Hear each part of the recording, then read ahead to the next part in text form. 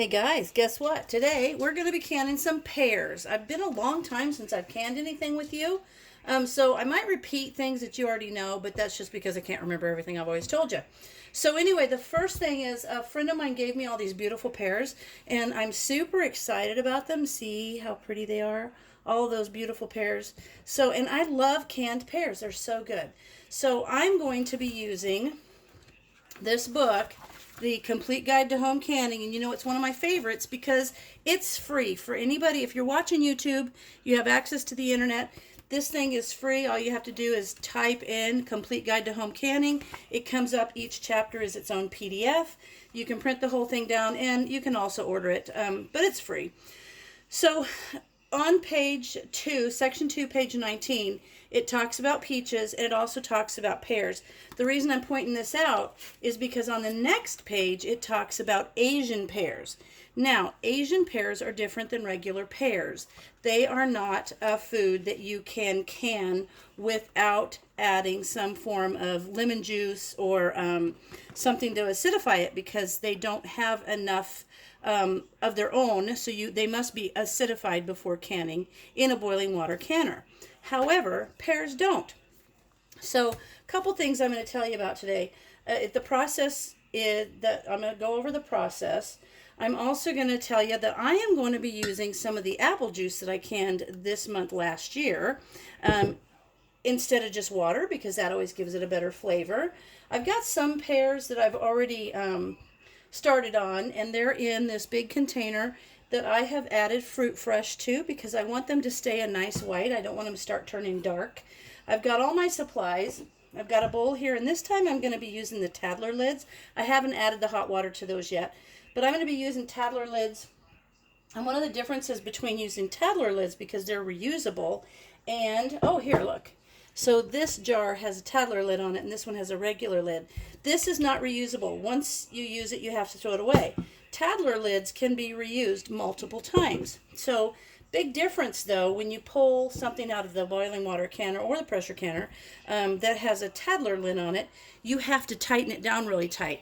So that's a little bit weird, and you don't hear it pop like you do the standard lids. So there's that. I also have all of my other supplies out, but this time I'm going to do quarts, and I don't know if you guys can see this. I've got my supplies in here. These are some ball jars that came out, I think last year, maybe the year before, and they're really cool. They're kind of a spiral jar, they call it. So I'm going to put my pears in the spiral jars. But first of all, it tells you that you need an average of about 17.5 pounds for a load of 7 quarts. I don't have that much, and I'm just going to can what I have. 11 pounds is needed for a canner load of 9 pints. So you'll always want to make sure that you have really nice mature fruit that is ready for eating or cooking. And then these are.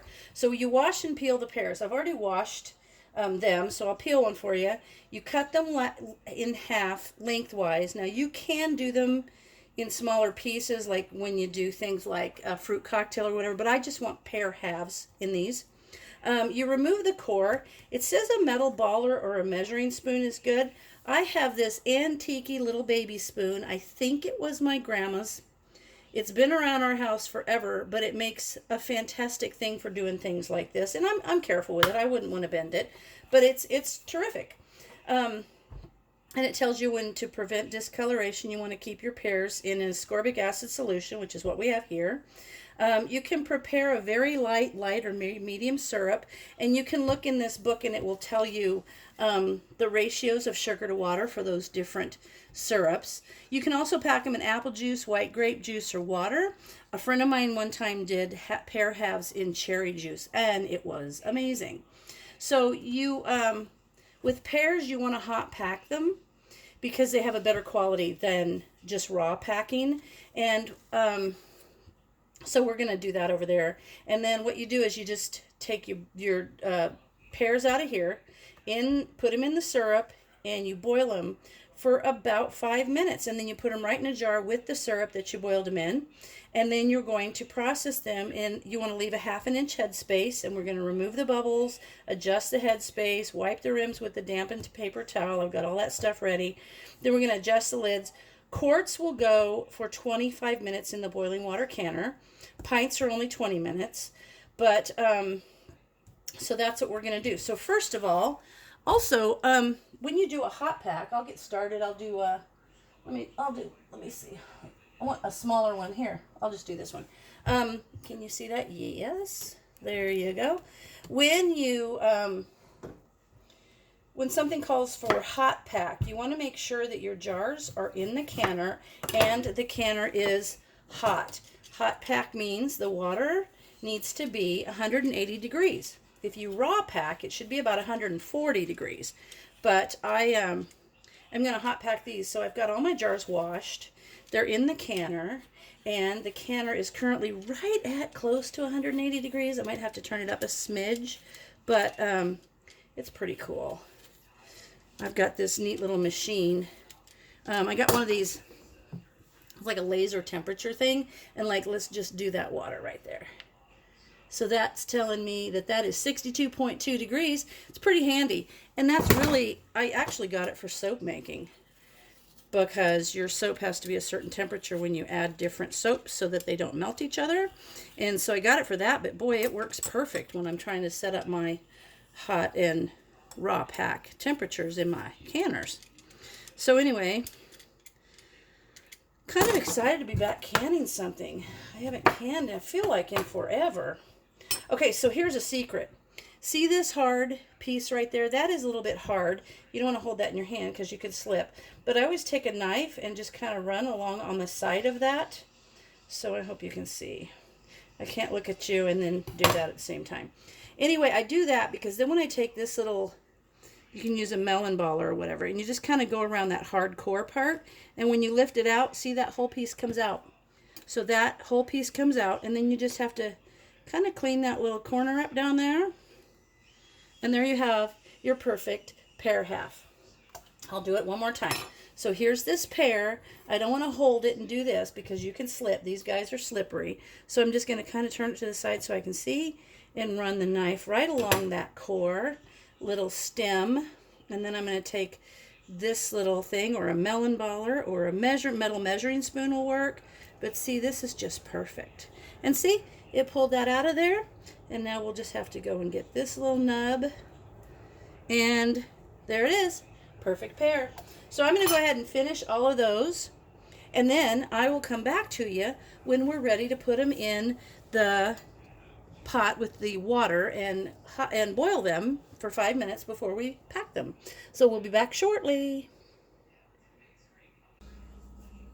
Okay guys, I have all the pears done, and I'll show you.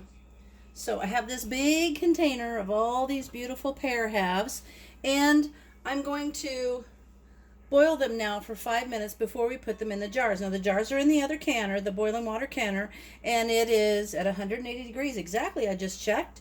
And so what I'm going to use here, I said I was going to use my apple juice that I did last year, and I'm going to show you how to open those Tattler lids. You just use a knife, a butter knife. You don't want to use anything sharp because you don't want to cut the little gasket that's in there. So you just take this and just ever so slightly slide it in between there, pop it open, and there you go. It'll pop open just fine. And then this whole thing, the ring and the top, are washable and reusable. So what I'm going to do is I'm going to do a 50-50 of juice and water. And the reason I'm doing that is because this juice is super tangy, and I don't want it to kind of overshadow the pears. I don't want it to like overwhelm the pears. I would rather have it enhance the pears. So I wonder if I can set that big container over here. So what I'm going to do is get that hot. Oh, perfect. And then I'm going to take my cool little strainer spoon thing, and I'm going to scoop them out and put them in here, and then let them boil for 5 minutes, and then I will can them. I'll put them in the jars right here. We'll debubble them, and then I've got the lids in hot water ready to go. So as soon as this gets warm, then I'll bring you back and we'll put those pears in there and we'll go from there. Okay, well, apparently what happened was I was talking away, and I even showed how to open a Tattler lid jar. And then I looked up and thought, well, my camera's off. Well, because it was set on photo, so all I did was take a photo of the liquid in here before I even got started. But I'll fill you in. So what I did here as far as the liquid goes is I used 1 quart of apple juice and I diluted it with a quart of water. The reason I did that is because the apple juice that I canned is very tart. It's very strong. You almost need to dilute it anyway just to drink it. And I didn't want it to overpower the pears. I just kind of wanted to enhance it. So that's what I did. I rinsed all the pears in my big container. See that over there? I rinsed all those, just rinsed it out. And you want to do that so that the little bits of skin and things, or peel and stuff like that, get rinsed out. So I rinsed those. And then I came over the stove. I've got the liquid nearly boiling. And then one by one, I put these little halves in there. And so now I'm going to get it to a boil and let it sit for 5 minutes. And then we'll put it in one of the hot jars. And we'll use some of this liquid to fill in. We'll debubble it. We'll wipe the top. We'll put the lid on in a ring. And then we'll do the next jar, 1 jar at a time. So I did want to say, one of the things I was saying earlier when I wasn't filming was that most of the work in canning is preparation. And so canning or peeling fruit is oftentimes just a pain. But if you're not willing to do that, then don't can it. Because things like people saying, oh, you don't really have to peel it. Well, you do, because you know how you put a coat on and you go out and it protects you from the elements? Well, a peeling is like a little fruit or vegetables coat to protect it from the element. One of the things canning is heat, which is an element, and it's that peeling is going to keep the heat from penetrating the product thoroughly and in the right amount of time. So your fruit or your vegetable will not be canned properly. And so you don't want that. And that makes me think about, you see all these videos on YouTube, and I really, really wish that people who did videos on YouTube would show the resource that their recipe came from, because then that would enable you as subscribers to make informed decisions about whether you want to actually process your food in the way that they're showing you. Because some people don't do that, and some of the things that you see are a little bit scary. So I'm never going to do that. I'm always going to try to show you the resource, and I'm always going to do it according to an approved method because I feel very strongly about that. So anyway, it's starting to boil. So I'm going to set a timer for 5 minutes, and I'll be back to you when we're ready to put it in the jars. Okay, it's been 5 minutes. I got one of my hot jars out of the boiling water canner that I have at hot, 180 degrees. So now what I'm going to do is I'm going to try to slide this over a little closer, and I'm going to put the pears in the jar. Oops, I forgot my little thing, which I don't even know if that's going to work. I'm going to try not to use it because I think the pears are bigger than the neck of that little funnel, which is fine. We'll use it when we do the liquid. So these are hot packs. So if you are not familiar, if you're a new subscriber, I'll tell you. Hot pack versus raw pack. Hot pack, you need to have your liquid, your fruit, and your canner hot. And why do you do that? Well, fruit and vegetables usually have air in them. And so have you ever seen that where it's canned and then it kind of floats and the bottom's all liquid and all the fruit's floating at the top? That's because it was raw packed. And there's still air in, there's still air in the fruit, which makes it float. So if you hot pack it, what happens is those little bubbles of air pop open, so then they fill with liquid and it helps hold them down as opposed to floating. So that's not bad. I want to kind of get this space filled over here. I hope my head's not in your way. Try to get that down there. This one little guy, move that over here. There we are. Yeah, I want to get it kind of a little puzzled in there, like Tetris. This is like pear Tetris. Let me get another one. We'll get this one in there. Turn it around. You kind of want to be gentle with them, but, oh, turn around. Can't touch that. Darn it. Let me get a tool. Turn around. Oh, it's going to break. Hang on, let me get a tool. Get a knife. Or something. Here. Okay. We're back. I want to turn this pear around so that the There we are. Oh, it broke, but that's okay. This is not for entering in the fair. This is just for us to eat. And so this will be the last one. Now that one will fit snug down in there.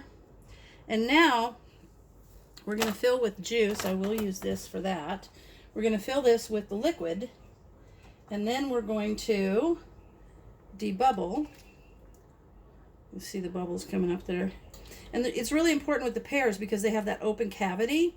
And so you want to make sure that there's no air in that. Hang on a second. I'm going to get that down there, that one on the top. Okay.